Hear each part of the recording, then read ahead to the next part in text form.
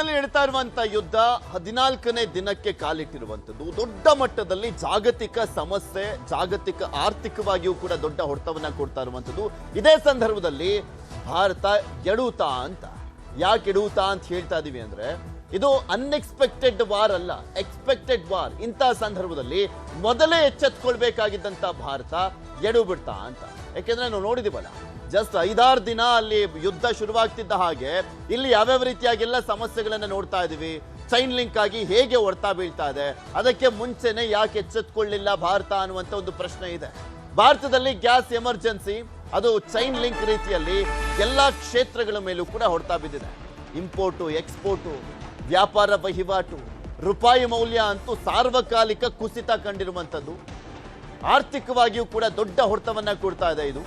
ಮಧ್ಯಪ್ರಾಚ್ಯದಲ್ಲಿ ನಡೀತಾ ಇರುವಂತ ಯುದ್ಧ, ಕಮರ್ಷಿಯಲ್ ಗ್ಯಾಸ್ ಸಿಲಿಂಡರ್ ಪೂರೈಕೆ ಸ್ಥಗಿತನೇ ಆಗ್ಬಿಟ್ಟಿದೆ. ಆದ್ರೆ ಲೋಕಸಭೆಯಲ್ಲಿ ಹೇಳ್ತಾರೆ, ಇಲ್ಲ ಆತಂಕ ಪಡುವಂತ ಅಗತ್ಯ ಇಲ್ಲ. ಗೊತ್ತಾಗ್ಬೇಕಲ್ಲ ಗ್ರೌಂಡ್ ರಿಯಾಲಿಟಿ ಏನಿದೆ ಅಂತ ಕೇಂದ್ರ ಸರ್ಕಾರಕ್ಕೆ, ಅದ್ರ ಬಗ್ಗೆ ಗೊತ್ತೇ ಆಗ್ತಾ ಇಲ್ವಾ ಅವ್ರಿಗೆ ಅಂತ. ನಾ ಹೋಟೆಲ್ ಉದ್ಯಮಕ್ಕೆ ಕೊಳ್ಳಿ ಯುದ್ಧ ಕೊಳ್ಳಿ ಇಟ್ಟಿದೆ. ಕೆಲವೆಡೆ ಹೋಟೆಲ್ಸ್ ಬಂದ್, ಕೆಲವೆಡೆ ಮೆನು ಕಟ್, ಪಿಜಿಗಳಲ್ಲಿ ಊಟವೇ ಕಟ್ ಆಗಿದೆ. ದಿನೇ ದಿನೇ ಸಮಸ್ಯೆ ಉಲ್ಬಣ ಆಗ್ತಾ ಇದೆ. ಹೋಟೆಲ್ಗಳಲ್ಲಿ ಪ್ರತ್ಯೇಕವಾಗಿ ಗ್ಯಾಸ್ ಚಾರ್ಜ್ ಅನ್ನ ಕೂಡ ಮಾಡಲಾಗ್ತಾ ಇದೆ. ಯಾಕೆಂದ್ರೆ ಗ್ಯಾಸ್ ಇಲ್ಲ. ಸೊ ಗ್ಯಾಸ್ನ ಹಂಗು ಹಿಂಗು ಹೆಂಗೆಂಗೋ ಅಡ್ಜಸ್ಟ್ ಮಾಡ್ಕೊಂಡು ತಗೊಂಬಂದು ಅಲ್ಲಿ ಅಡುಗೆ ಮಾಡ್ತಾ ಇದ್ದಾರೆ. ಸೊ ಸಪ್ರೇಟ್ ಆಗಿ ಈಗ ಗ್ಯಾಸ್ ಚಾರ್ಜ್ ಅನ್ನ ಕೂಡ ಆ ರೆಸಿಪ್ಟ್ ನಲ್ಲೇ ಕೊಡ್ತಾ ಇದ್ದಾರೆ, ಬಿಲ್ಲಲ್ಲೇ ಕೊಡ್ತಾ ಇದ್ದಾರೆ. ಸೌದಿಗಳ ಮೊರೆ ಹೋಗ್ತಾ ಇರುವಂಥದ್ದು, ಸೌದೆಯ ಮೊರೆ ಹೋಗಿ ಹೋಟೆಲ್ ಉದ್ಯಮವನ್ನ ನಡೆಸುವಂತ ಪರಿಸ್ಥಿತಿ. ಅಲ್ಲಿ ಸೌದೆ ಒಲೆ ಮೊರೆ ಹೋಗಿ ಸೌದೆ ಕಚ್ಚಲಿಕ್ಕೆ ಸ್ಥಳಾವಕಾಶ ಇರುವಂತವ್ರು ಒಂಥರ ಅವ್ರಿಗೆ, ಆದ್ರೆ ಅಟ್ಲೀಸ್ಟ್ ಒಂದು ಹೋಟೆಲ್ ಮಾಡ್ಬೋದು, ಕಂಟಿನ್ಯೂ ಮಾಡ್ಬೋದು. ಆದ್ರೆ ಉಳ್ದಂಥವ್ರಿಗೆ ಸ್ಥಳದ ಅಭಾವ ಇರುವಂಥವ್ರು ಏನು ಮಾಡಂಗಿಲ್ಲ, ಹೋಟೆಲ್ ಕ್ಲೋಸ್ ಮಾಡ್ಕೊಬೇಕು, ಬಂದ್ ಮಾಡ್ಕೊಂಡು ಹೋಗ್ಬೇಕು ಅಂತ ಪರಿಸ್ಥಿತಿ ನಿರ್ಮಾಣ ಆಗಿದೆ. ಗ್ಯಾಸ್ ಸಮಸ್ಯೆ ಹೇಗಿದೆ, ತುಂಬಾ ಕ್ಷೇತ್ರದವರು ಮಾತನಾಡಿದ್ದಾರೆ. ಆ ಗ್ಯಾಸ್ ಸಮಸ್ಯೆ ವಿಚಾರಕ್ಕೆ ಸಂಬಂಧಪಟ್ಟಂತೆ ಯಾವ್ಯಾವ ರೀತಿಯ ಹೊಡೆತ ಕೊಟ್ಟಿದೆ ಅನ್ನುವಂಥದ್ದನ್ನ ನೋಡೋಣ. ಒಟ್ಟಿಗೆ ಆಲ್ಮೋಸ್ಟ್ ಒಂದು 45 ಬ್ರಾಂಚಸ್ ಇದೆ ಮೇಡಮ್, ಬೆಂಗಳೂರು ಮೈಸೂರೆಲ್ಲ ಸೇರಿ. ಇವತ್ತಿಗೆ ಮೊನ್ನೆಯಿಂದ ಸಪ್ಲೈ ಇಲ್ಲ. ಮೆನು ರಿಡಕ್ಷನ್ ಮಾಡಿದ್ದೀವಿ. ಆಲ್ಮೋಸ್ಟ್ ಒಂದು 100 ಐಟಮ್ಸ್ ಇದ್ದರೆ view come down to about 15 items. ಅದರಲ್ಲಿ ಮೇನ್ ಫೋಕಸ್ ನಮ್ಮ ರೈಸ್ ಐಟಮ್ಸು, ಗ್ರೇವಿ ಐಟಮ್ಸು, ನಮ್ಮ ತಂದೂರಿ ಐಟಮ್ಸ್. ಯಾಕೆ ತಂದೂರಿಗೆ ನಾವು ಗ್ಯಾಸ್ ಯೂಸ್ ಮಾಡಲ್ಲ, ಚಾರ್ಕೋಲೇ ಯೂಸ್ ಮಾಡೋದು. അപ്പോൾ ತಂದೂರಿ ರೊಟ್ಟಿ, ಆಮೇಲೆ ಇದು ಚಿಕನ್ನು, ಪನೀರು ಇದೆಲ್ಲ ಮಾಡ್ಬೋದು. ಗ್ರೇವಿ ಮೇನ್ ನಮ್ಮ rice, biryani item, ghee rice item, ಗ್ರೇವಿಗಳು, ಆಮೇಲೆ ನಮ್ಮ ತಂದೂರಿ ಐಟಮ್ಸು ಮಾಡ್ತಾ ಇದ್ದಾವೆ. ನಮಗೆ ಭಾಳ ಇಷ್ಟ ಅದು. ಭಾಳ ವರ್ಷಗಳಿಂದ ನಾವು ಅಡುಗೆಯಲ್ಲೇ ಮಾಡಬೇಕು, ಕಟಿಯಲ್ಲೇ ಮಾಡಿದ್ದು ಕೊಡಬೇಕು ಗ್ರಾಹಕರಿಗೆ ಅನ್ನೋದು ಆಸೆ ಇತ್ತು. ಅದು ಮೊದಲನೇದಾಗಿ ನಾವು ದಾವಣಗೆರೆಗೆ ಎಲ್ಲರೂ ಮಾಡಿದ್ದಾರೆ, ಅದರಲ್ಲಿ ನಾವು ಒಬ್ಬರು ಈ ಬೆಣ್ಣೆ ದೋಸೆಯಲ್ಲಿ ಕಟಿಯಲ್ಲಿ ಮಾಡೋದು. ನಾವು 4-5 ವರ್ಷದಿಂದ ಬೆಣ್ಣೆ ದೋಸೆನ ಕಟಿಯಲ್ಲೇ ಮಾಡ್ತೇವೆ. ಸಾಕಷ್ಟು ಜಾಗ ಇದೆ, ವಿಶಾಲವಾದ ಜಾಗ ಇದೆ, ನಮಗೆ ಕಟಿಯೋದು ಸವಲತ್ತಿದೆ. ಪ್ರಿಪರೇಷನ್ ಮಾಡೋರು ಕುಕ್ಕುಗಳು, ಅವ್ರಿಗೆ ಸ್ವಲ್ಪ ಇದು ಕಷ್ಟ ಅನ್ನಿಸ್ತದೆ, ಅವ್ರು ಅದಕ್ಕೆ ಹೊಂದ್ಕೊಂಡಿದಾರಲ್ಲ ಮೇಡಮ್. ಆ್ಯಕ್ಚುಲಿ ನಮ್ಮದು ದೋಸೆಗೆ ಫೇಮಸ್ಸು. ದೋಸೆಗೆ ಅಂದರೆ ಬೆಳಗ್ಗೆಯಿಂದ ಸಾಯಂಕಾಲ ಗ್ಯಾಸ್ ಉರಿತಾನೆ ಇರಬೇಕು. 2 ದಿನದಿಂದ ಮುಚ್ಚಿರೋದ ಕಾರಣ ನಿನ್ನೆ ಮಾತ್ರ 2 ಸಿಲಿಂಡರ್ ಕೊಟ್ಟಿದ್ದಾರೆ. ತಿರ್ಗಾ ಕೊಟ್ಟರೆ ಸಂತೋಷ ಓಪನ್ ಮಾಡ್ತೀವಿ ದೋಸೆನ.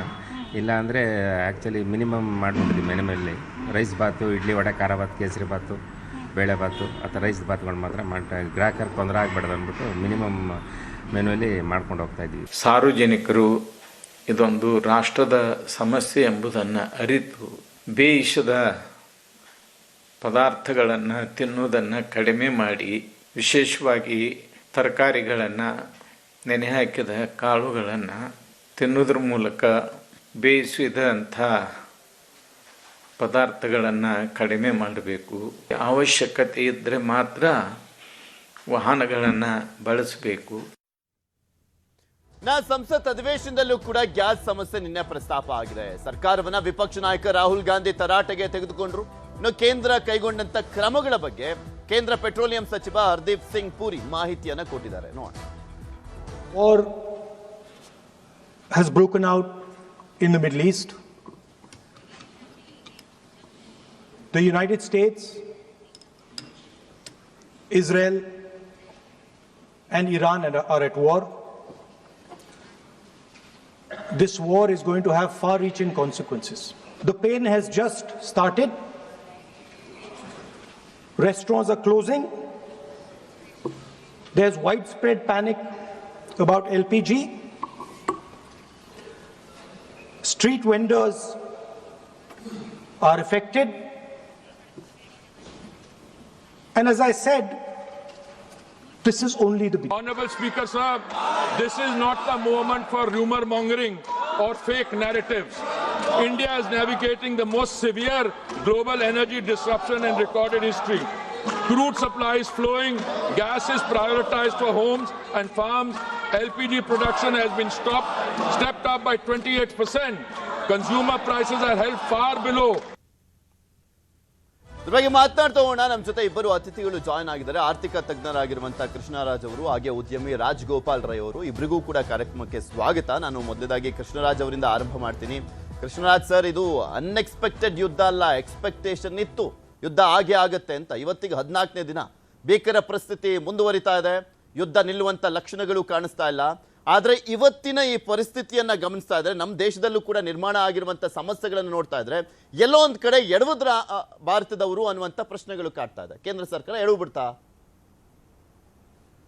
ಹೌದು, ಒಂದ್ ರೀತಿಯಲ್ಲಿ ನೀವು ಹೇಳೋದಾದ್ರೆ ಭಾರತದ ವಿದೇಶಾಂಗ ನೀತಿ ಏನಿದೆ, ಪರ್ಟಿಕ್ಯುಲರ್ಲಿ ಎನರ್ಜಿ ಸೆಕ್ಯೂರಿಟಿಗೆ ಸಂಬಂಧಪಟ್ಟಂತೆ ನಾವು ರಷ್ಯಾದ ಮೇಲೆ ಮತ್ತೆ ಇರಾನ್ ಮೇಲೆ ಮೊದಲು ಜಾಸ್ತಿ ಡಿಪೆಂಡೆಂಟ್ ಆಗಿದ್ವಿ. ಅಂದ್ರೆ ಇಂಪೋರ್ಟ್ ಮಾಡ್ಕೊಳ್ತಿದ್ವಿ, ಯಾಕಂದ್ರೆ ಅದು ಸ್ಟ್ರಾಟಜಿಕ್ ಆಗಿ ಸಬ್ಸಿಡೈಸ್ಡ್ ರೇಟ್ ಅಲ್ಲಿ ಸಿಗ್ತಾ ಇತ್ತು ರಷ್ಯಾದಿಂದ ಮತ್ತೆ ಇರಾನ್ ನಿಂದ.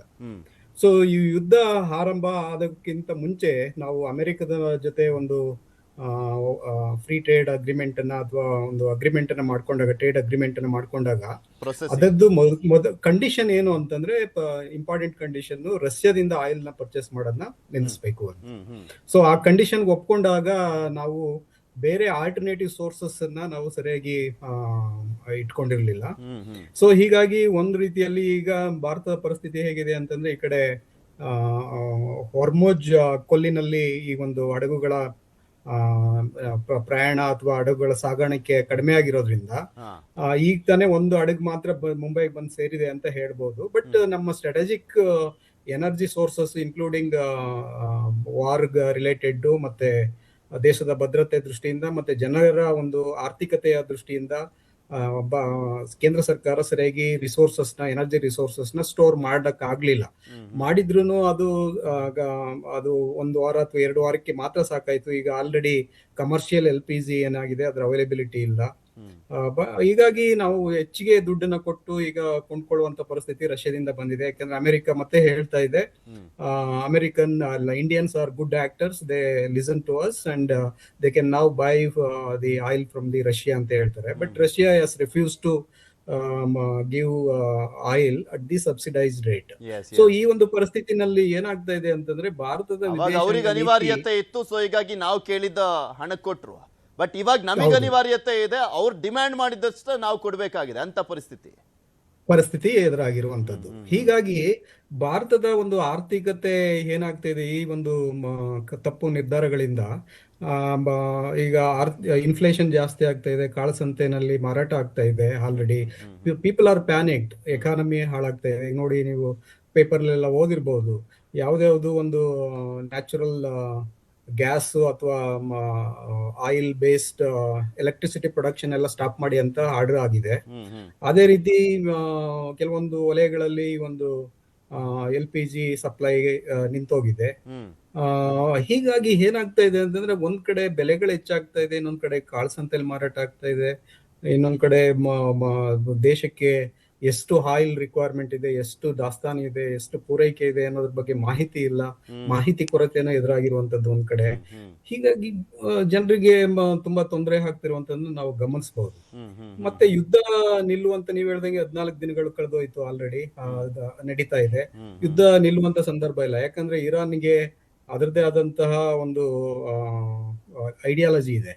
ಏನ್ ಐಡಿಯಾಲಜಿ ಅಂತಂದ್ರೆ, it is a very strong ideology. ಅದದ್ದು ಏನು ಐಡಿಯಾಲಜಿ ಅಂತಂದ್ರೆ, ಮಿಲಿಟರಿ ಪಡೆಯವರು ಹೇಳ್ತಾ ಇದ್ರು, ನಾವಿನ್ನು ಯೂಸ್ ಮಾಡ್ತಿರೋದು ನಮ್ಮ ಮಿಸೈಲ್ಗಳನ್ನ 2010-11 2015-16 ಕ್ಷಿಪಣಿಗಳನ್ನು ಇನ್ನೂ ಯೂಸೇ ಮಾಡಿಲ್ಲ. ಅದನ್ನ ಶುರು ಮಾಡಿದ್ರೆ ಅದು ಇನ್ನೂ ಒಂದು ಲೆವೆಲ್ಗೆ ಹೋಗುತ್ತೆ ಅನ್ನುವಂಥದ್ದು ಮಾತಾಡಿದ್ರಿಂದ, ಇನ್ನು ಅದು ಯಾವ ಲೆವೆಲ್ಗೆ ಹೋಗುತ್ತೋ ಏನೋ ಯುದ್ಧ ಅನ್ನುವಂಥ ಭಯ ಪಡುವಂಥ ಪರಿಸ್ಥಿತಿ ಇದೆ. ಸರ್, ಮಾತನಾಡ್ತೀನಿ. ನಮ್ಮ ಜೊತೆ ಮತ್ತೊಬ್ರು ಅತಿಥಿ ಇದ್ದಾರೆ, ರಾಜಗೋಪಾಲ್ ರೈ ಅವರು, ಉದ್ಯಮಿ, ನೇರ ಸಂಪರ್ಕದಲ್ಲಿದ್ದಾರೆ. ನಮಸ್ಕಾರ ಸರ್. ಹೋಟೆಲ್ ಉದ್ಯಮ ಆಲ್ಮೋಸ್ಟ್ 90 to 95% ಡಿಪೆಂಡೆನ್ಸಿ ಇರುವಂಥದ್ದೇ ಗ್ಯಾಸ್ ಇಂದ. ಈಗ ಗ್ಯಾಸ್ ಅಭಾವ ಎಷ್ಟು ದೊಡ್ಡ ಹೊಡೆತ ಕೊಡ್ತಾ ಇದೆ ನಿಮ್ಮ ಭಾಗದಲ್ಲೂ ಅಂತ?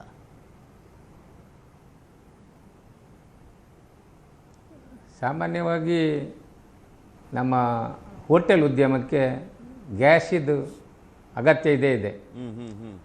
ಆದರೆ ನಮ್ಮ ಕ್ಯಾಟ್ರಿಂಗ್ ವ್ಯವಸ್ಥೆಯಲ್ಲಿ, ಅದೇ ರೀತಿ ಹಾಸ್ಟೆಲ್ಗಳಲ್ಲಿ ಸೌದೆಯಿಂದ ಅಂದರೆ ಕಟ್ಟಿಗೆಯಿಂದ ಎಲ್ಲ ನಮ್ಮ ಅನ್ನ ಬೇಯಿಸುವಂಥದ್ದನ್ನು ಎಲ್ಲ ಪದಾರ್ಥಗಳನ್ನು ಮಾಡಲಿಕ್ಕಾಗ್ತದೆ. ಆದರೆ ಹೋಟ್ಲಲ್ಲಿ ಮಾಡುವಾಗ ಸಹ ಕೆಲವನ್ನು ಸೌದೆಯಲ್ಲಿ ಮಾಡಲಿಕ್ಕಾಗ್ತದೆ. ಉದಾಹರಣೆಗೆ ದೋಸೆಗೆಲ್ಲ ಹೈ ಪವರ್ ಸ್ವಲ್ಪ ಗ್ಯಾಸ್ ಬೇಕಾಗ್ತದೆ.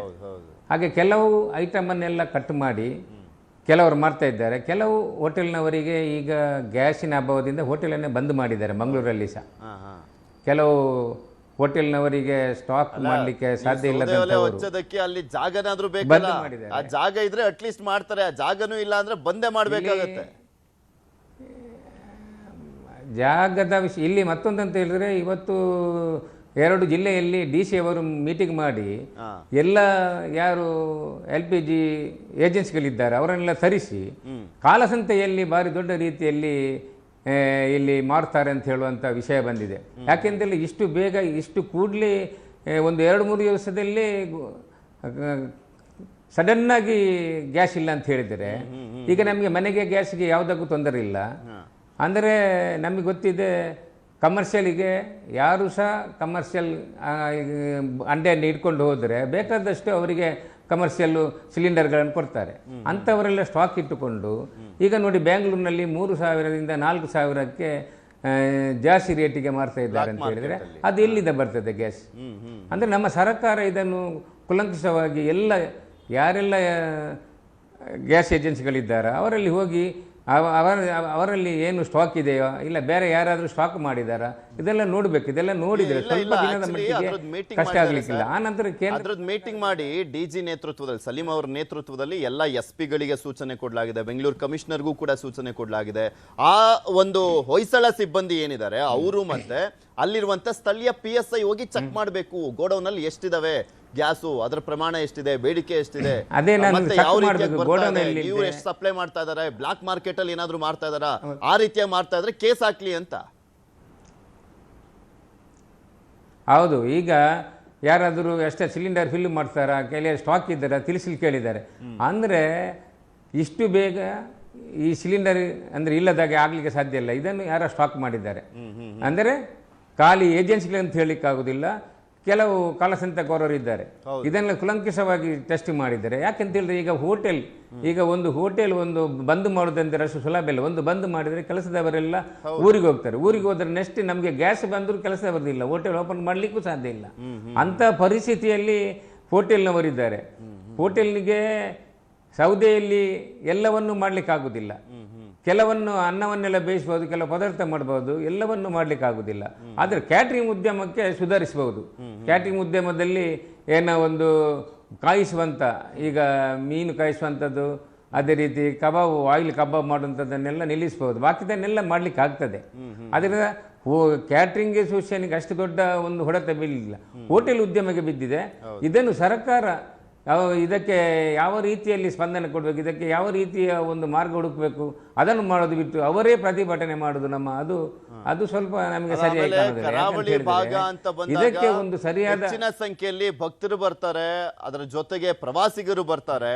ಆ ಸಂಖ್ಯೆಯಲ್ಲೂ ಕೂಡ ಹೊಡ್ತಾ ಬಿದ್ದಿರಬೇಕು. ಯಾಕೆಂದ್ರೆ ಹೋದ್ರೆ ಊಟ ಸಿಗುತ್ತೋ ಇಲ್ವೋ, ಹೋಟ್ಲುಗಳು ನಡೀತಾ ಇದಾವೋ ಇಲ್ವೋ ಅನ್ನುವಂತ ಭಯ ಕೂಡ ದೊಡ್ಡ ರೀತಿಯ ಹೊಡೆತ ಬಿದ್ದಿದೆ.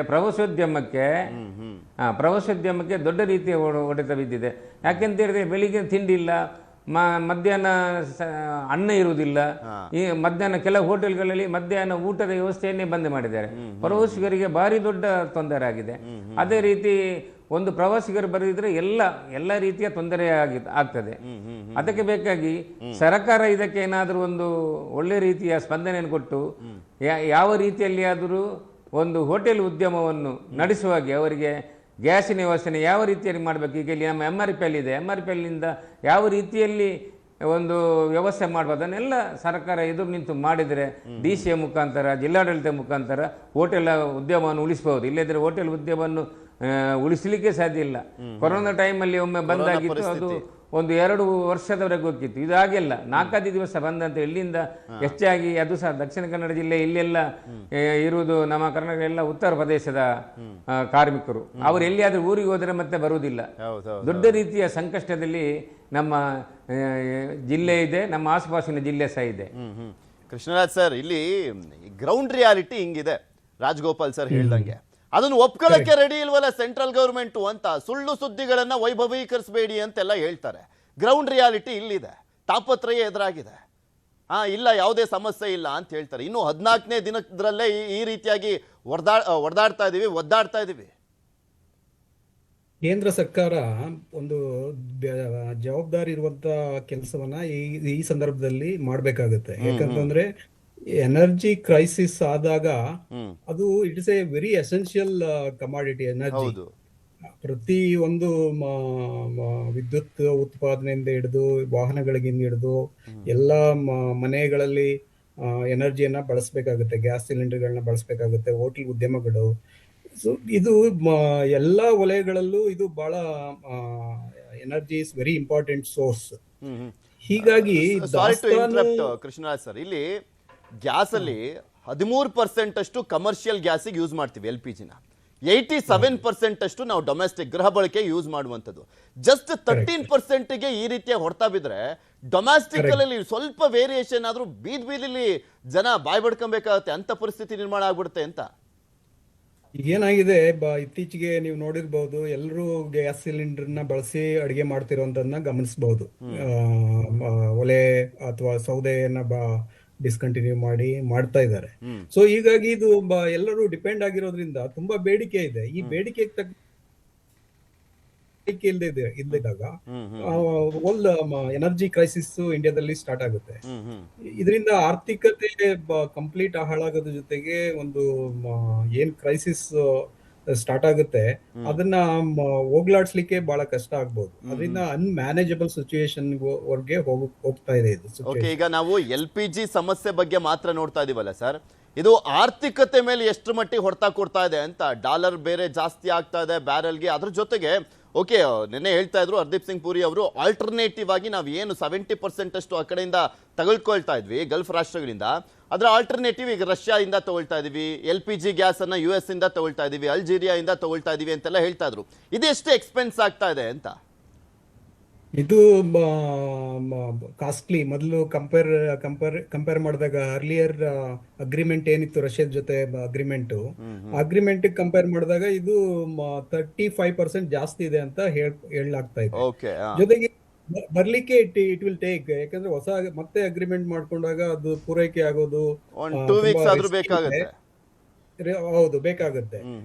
ಜೊತೆಗೆ ಅದು ಆಲ್ರೆಡಿ ಈಗ ಕಾಳಸಂತೆನಲ್ಲಿ ಮಾರಾಟ ಆಗ್ತಾ ಇದೆ, ಇನ್ಫ್ಲೇಷನ್ ಆಗ್ತಾ ಇದೆ, ಜನರು ಗಾಬರಿಗೊಳಗಾಗಿ ಶೇಖರಣೆ ಮಾಡ್ತಾ ಇದ್ದಾರೆ ಸಿಲಿಂಡರ್ಗಳನ್ನೆಲ್ಲ. ಮತ್ತೆ ನೀವು ರೂಪಾಯಿ ಮೌಲ್ಯ ಡಾಲರ್ ವಿರುದ್ಧ ಕುಸಿತಾ ಇದೆ. ಆರ್ಥಿಕತೆ ದೃಷ್ಟಿಯಿಂದ ನೋಡಿದಾಗ ನಮ್ಮ ಇಂಪೋರ್ಟ್ಸ್ ಕಾಸ್ಟ್ಲಿ ಆಗ್ತಾ ಇದೆ, ಎಕ್ಸ್ಪೋರ್ಟ್ ಏನು ಇಲ್ಲದೆ ಇರೋದ್ರಿಂದ ಭಾರತದ ಆರ್ಥಿಕ ವ್ಯವಸ್ಥೆಯಲ್ಲಿ ಅನ್ಎಂಪ್ಲಾಯ್ಮೆಂಟ್ ಜಾಸ್ತಿ ಆಗುತ್ತೆ. ಇದರಿಂದ ಎಲ್ಲ ಉದ್ಯಮಗಳು ನಿಂತು ಹೋಗ್ತವೆ. ಮತ್ತೆ ಆಹಾಕಾರ ಅಂದ್ರೆ ಆಹಾರದ ಲಭ್ಯತೆ ಸರಿಯಾಗಿ ಆಗದೆ ಇರೋದ್ರಿಂದ ಅದು ಕೂಡ ಅದ್ರ ಕಾಸ್ಟ್ಲಿ ಆಗುತ್ತೆ. ಎಲ್ಲ ಇನ್ಪುಟ್ ಕಾಸ್ಟ್ ಜಾಸ್ತಿ ಆಗುತ್ತೆ. ಈಗ ಫರ್ಟಿಲೈಸರ್ ಪ್ರೈಸಸ್ ಜಾಸ್ತಿ ಆಗ್ಬಹುದು, ಎಲ್ಲ ಇನ್ಪುಟ್ ಕಾಸ್ಟ್ ಜಾಸ್ತಿ ಆಗುತ್ತೆ. ಇವೆಲ್ಲ ಉದ್ಯಮಗಳು ನಿಂತೋಗುವಂತ ಪರಿಸ್ಥಿತಿ ಬರ್ತದೆ. ಅದರಿಂದ ಕೇಂದ್ರ ಸರ್ಕಾರ ಇದನ್ನ ಏನು ಮಾಡಬೇಕು ಅಂತಂದ್ರೆ ವಾರ್ ಫುಟಿಂಗ್ ಅಂತಂದ್ರೆ ಅತಿ ಶೀಘ್ರದಲ್ಲಿ ಈ ಒಂದು ಸಮಸ್ಯೆನ ಪರಿಹಾರ ಮಾಡ್ಲೇಬೇಕು. ಅದು ಇಲ್ಲ ಅಂತಂದ್ರೆ ಈ ಒಂದು ಭಾರತದಲ್ಲಿ ಇಷ್ಟೊಂದು ಜನಸಂಖ್ಯೆಗೆ ಎನರ್ಜಿ ಪೂರೈಕೆ ಮಾಡೋದು ಅಷ್ಟು ಸುಲಭ ಅಲ್ಲ. ಹಾಗಾಗಿ ಇದು ದಾಸ್ತಾನು ಇಟ್ಕೋಬೇಕಾಗಿತ್ತು. ದಾಸ್ತಾನು ವೆರಿಫೈ ಮಾಡಿ ತಕ್ಷಣನೇ ಇದು ಕಾರ್ಯಪ್ರವೃತ್ತ ಆಗಿದ್ದಾಗ ಈ ಸಮಸ್ಯೆನ ಹೋಗ್ಲಾಡಿಸಬಹುದಾಗಿತ್ತು.